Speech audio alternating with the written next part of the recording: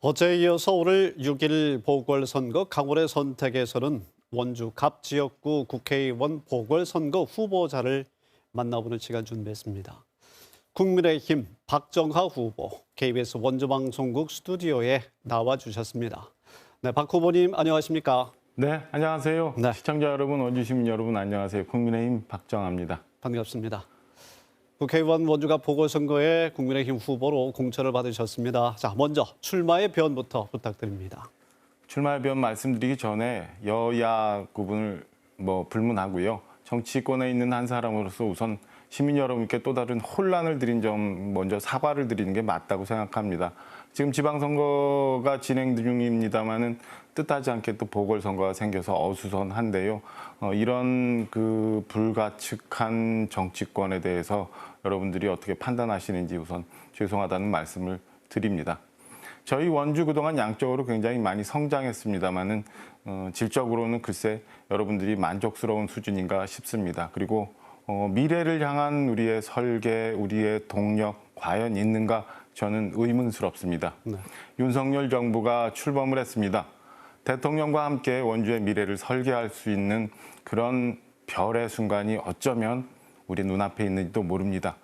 원주와 함께 미래를 설계할 수 있는 새로운 정치인, 정치 지도자, 그리고 원주를 대표해서 중앙에 가서 얘기할 수 있는 국회의원, 네. 과연 누구인지 여러분들이 길게 설명 안 드려도 아실 거라고 생각합니다. 원주의 100년 대계를 이끌어 나갈 후보를 여러분들이 선택하시는 소중한 순간입니다. 여러분들 현명한 선택해 주실 것을 믿고 있습니다. 네. 박정하 후보께서는 경제도시 원주의 일자리 그리고 소득을 강조하고 있는데 이를 구체화할 수 있는 주요 공약은 그럼 무엇입니까?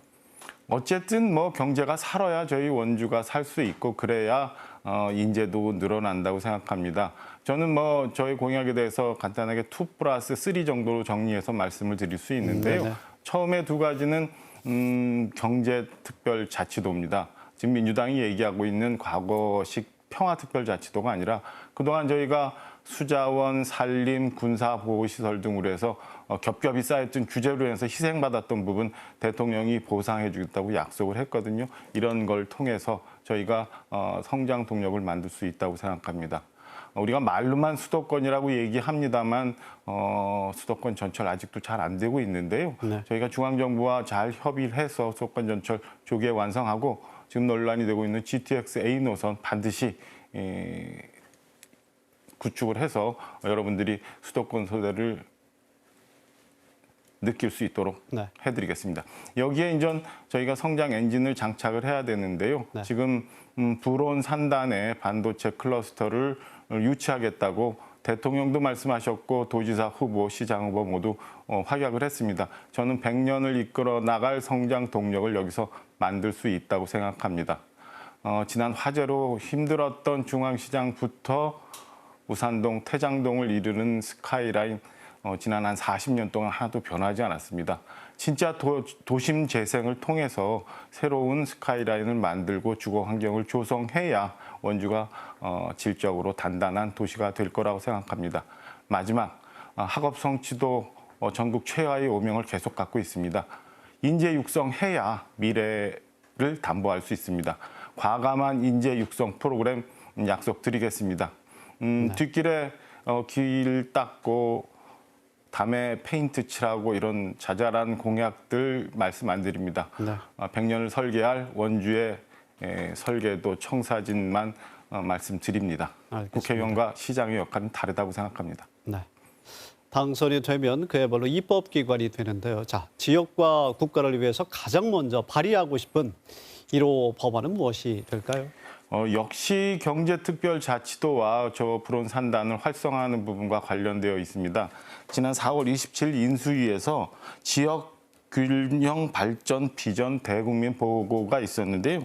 여기 보면은 침체된 지역을 위해서 기회발전 특구라는 개념의 발전 전략을 제시합니다. 네. 원주의 기회발전 특구, 불온 산단이 되는데요.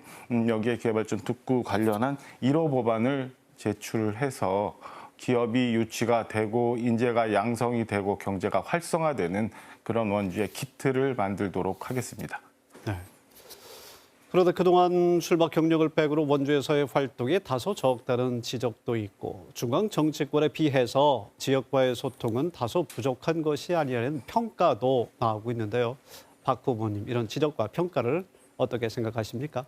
뭐 그런 지적이 있을 수 있다고 생각합니다. 근데 저는 뭐 동의하지 않습니다. 우리 스스로 수도권 지역이라고 얘기하고 있고 지금 만종역이나 원주역에서 KTX를 타면 서울까지 50분도 안 걸려요. 그런 상황에서 아직도 원주만 얘기한다는 게 저는 과연 옳은가 싶은 생각이 들고요. 제가 지난 총선 이후에 원주갑 당협위원장으로 활동하면서 지역 현안 그다음에 지역 조직 많이 접하고 있습니다.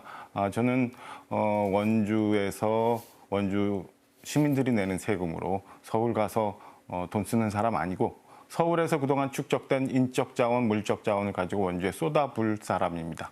대한민국에 일을 했는지, 원주에 일을 했는지 저는 뭐 그게 그렇게 중요한 문제라고 생각지 않고요. 오히려 민주당이 좀 작은 정치 공세라고 생각을 합니다. 네.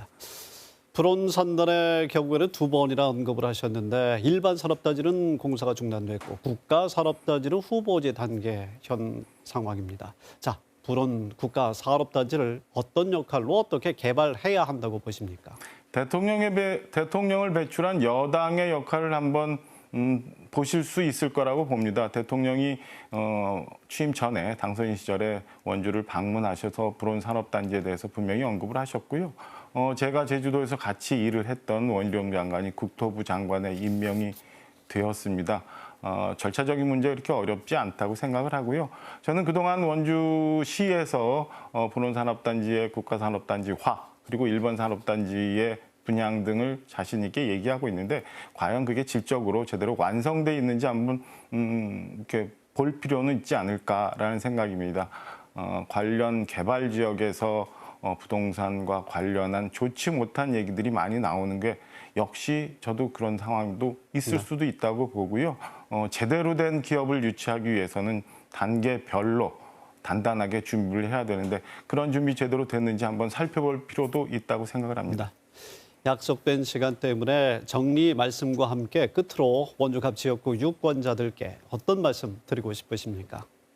생각이 바뀌어야 사람도 바뀔 수 있고 사람이 바뀌어야 저희의 미래를 설계할 수 있다고 생각합니다. 이제 시대가 바뀌었습니다. 바뀐 상황에서 정말 100년 대계의 원주를 설계할 수 있는 사람이 누구인지 시민 여러분께서 잘 판단해 주실 거라고 믿고 있습니다. 6월 1일 선거가 있는 날까지 여러분들 향해서 설명드리고 열심히 선거 운동을 해서 여러분들의 선택을 받도록 하겠습니다. 네, 알겠습니다. 국민의힘 박정하 후보님, 오늘 대단히 감사합니다. 고맙습니다.